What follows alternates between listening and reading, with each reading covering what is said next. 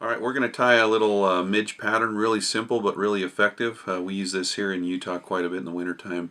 But it's a fly that I kind of developed many years back when we were trying to find out a way to make a fly that was usable on a size 32 hook. Obviously I'm not doing a 32 here, I've got a size 18 just to kind of demonstrate, but it really does tie proportionately all the way down to size 32.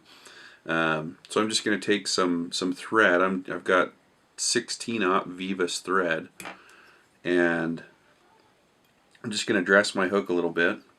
The tail for this fly is a piece of midge flash, kind of representing the shuck of the midge. So I'm going to tie that in, and then I'm going to rib it with just another piece of thread. So I've got a piece of 8-aught dun colored thread. You could use like the uni iron gray or any, like a white even. So just tie that in all the way to the back, and now when I come back up I'm going to kind of even out the body a little bit.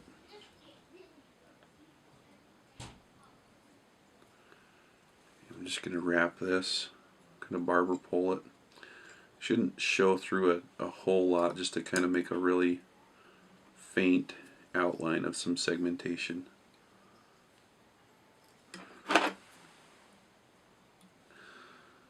Trim that off, trim the shuck about the length of the body, maybe a little bit shorter. And now for the wing. We use snowshoe rabbit for the wing. You can see the feet come looking about like this. First thing I do when I get these is I break all the toes out so that you can get into the good stuff.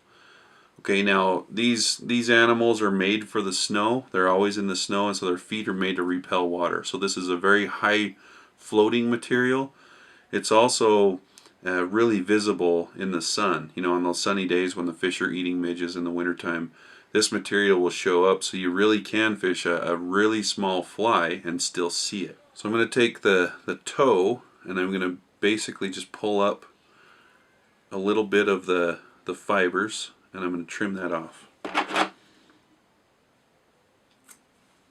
So we've got the fibers. There's a little bit of under fur, so I'll get rid of that. And this wing is really easy. A lot of people ask me, you know, how do you tie that in? It's really, there's nothing to it, nothing special. So I'm just going to take the clump and I'm going to do 2 wraps with the clump parallel to the hook shank. So 2 wraps, not tight, so loose wraps. Then I'm going to take the portion going over the eye of the hook and I'm going to pull it toward me and make the wraps perpendicular to the hook shank, or the rabbit perpendicular, and then I'm going to make 2 more wraps in a figure 8-ing fashion. I'm just going to kind of add a wrap or 2 more. So you can see that it's kind of like a spinner wing at this point. But I want those wings to be propped up at a 45-degree angle when I fish it. So I grab both wings and I wrap around the base of those wings 3 or 4 times. On the smaller flies, less thread wraps than more. Okay.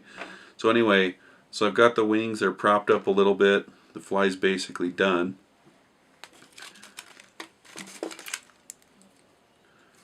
Just going to whip finish the fly now.